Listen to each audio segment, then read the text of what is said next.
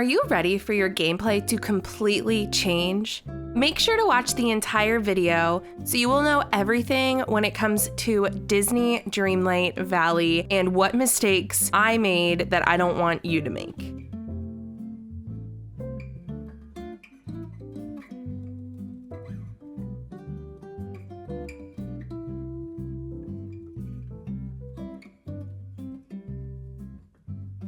Hey there, it's Theresa of erised, a cozy gaming content creator. I would love it if you would subscribe and check out the description box for all my social media links. There are many different moving parts when it comes to Disney Dreamlight Valley, and at times it can be hard to keep everything in line. Luckily for you, I have spent the last 3 months playing, making mistakes, and taking notes on what not to do. So here are a few things I now know, but I wish that I knew sooner. First up, just because you see something in Scrooge's shop one day does not mean you must buy it immediately. The inventory in the shop does change often, but the items do frequently repeat, giving you multiple chances to purchase all the items. When I first opened the shop, I was extremely focused on selling everything. And I mean everything to Goofy. To have enough money to buy out the shop every single day, whether I liked the items or not. I wanted to ensure my catalog of items had all available decor pieces and/or wallpapers and/or clothing. Selling everything brings me to my next point, and that is do not be afraid to hoard anything. I spent a few hours foraging items, fishing, collecting fruits, and gardening to create an inventory for myself that I put into chests in my house. This helps so much when getting a new quest and not having to worry about trying to find specific gems or fish. I do this about every week where I replenish my inventory just to ensure I have enough of everything for quests or crafting. After I stock up on all items and feel confident I have what I will need, I then sell the extra items. Now, I don't know about you, but I have wasted a lot, and when I say a lot, I mean a lot, of time running about the valley. Whether it is from Dazzle Beach to the Forgotten Lands, back down to Peaceful Meadow, the amount of steps my character has taken is probably more than I do in a day at Magic Kingdom. With that being said, let's talk about fast travel. Opening your map is not only a wonderful tool to see where different characters are in the valley, you can also use it to fast travel.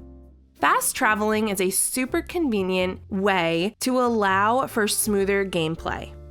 When on the map, all you do is click on the well that is in the desired area you would like to go. It then teleports you to that well, and the load screen is next to nothing. Now, I'm gonna be honest with you. I originally thought that you had to actually go up to a well in order to fast travel, but no, that is not the case. It truly beats running throughout the entire valley. You can also use this feature to quickly travel to different realms you have unlocked simply by clicking the castle, then selecting the realm you want to visit. This is the best way to save time and keep your quality of game amazing. Fast travel is amazing to use, but another great feature that I learned a little too late while playing was using the purple smoke to get somewhere the fastest. What you want to do is open your map and select either the character or building you want to run to the quickest. When you close out the map, a purple smoke appears. You then follow the purple smoke and it will show you the fastest route to get to that location you marked. Another thing I want to add about fast travel is you can move your wells. This is game changing if you don't have access to the full biome yet. You can move your well to another area in the biome, and this opens up the opportunity for more foraging for different items to help you complete the quests quicker and more efficiently. Now, we are all trying to make the most money possible, and the best way to do that is mass gardening, and I mean mass gardening. What you want to do is have your friend who is also a wonderful gardener with the highest level to be hanging out with you. Actually, one thing that I learned pretty late on is that Whenever you're doing something, you always want to have a friend with you. Whether that's fishing, gardening, foraging, mining, anything, you want to have that friend with you because you can get the most items that way and also level up your friendships. So when you have your friend with the highest friendship level hanging out with you and you're gardening, I feel as if they always get in the way. What you're gonna wanna do is place them. This sounds so bad, honestly it does, but what you're gonna do is place them in a fence so that they don't get in your way while you're gardening.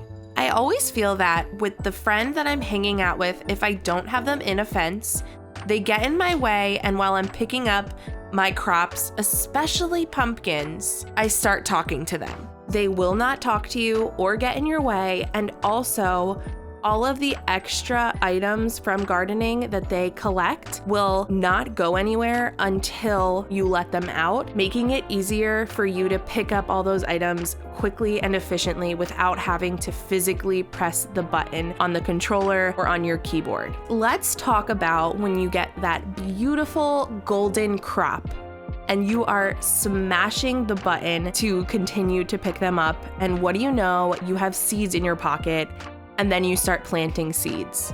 The one thing that I learned a little bit too late, honestly, I wish I knew it sooner, drop all of the seeds out of your pockets, and that will not happen when you're gardening. It honestly is a game changer. Another tip when it comes to gardening is you can place any crops in any biome to garden. However, the crops grow faster in the biomes in which you buy their seeds from Goofy's stall. For example, you buy pumpkins from the Forgotten Lands. They will grow the quickest in the Forgotten Lands. Another great example of this is the tomato. You buy tomato plants from Goofy's stall in Dazzle Beach.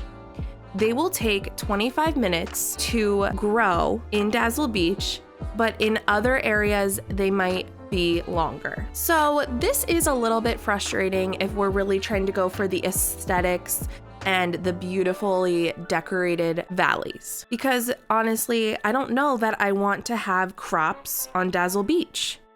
That's my beach.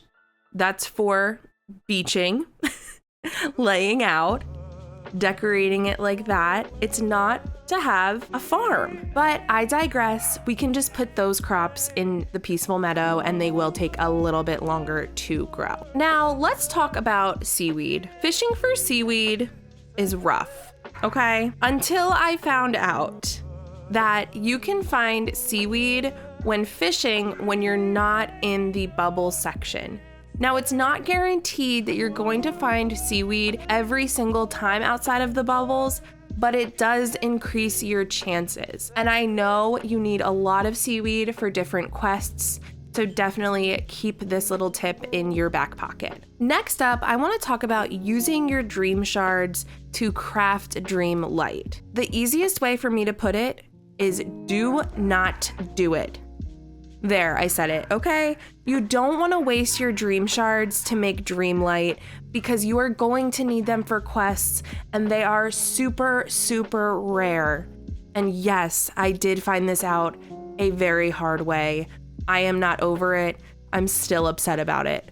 Okay, moving on. Alrighty, and that is going to conclude our video about things I wish I knew sooner when it comes to Disney Dreamlight Valley. I hope you enjoyed it. Leave a comment down below of what you wish you knew sooner, and maybe we'll come out with a few different parts of this. I think that could be really fun because let's be real, I'm learning every day, and these were things that just popped into my head initially. I was like, oh yeah, these are it. This is it. So yeah, definitely leave them down below what you think you wish you knew sooner. Thank you so much for watching, and I will see you tomorrow for day 15 of our 25 Days of Theresa Vlogmas series. This is Theresa signing off.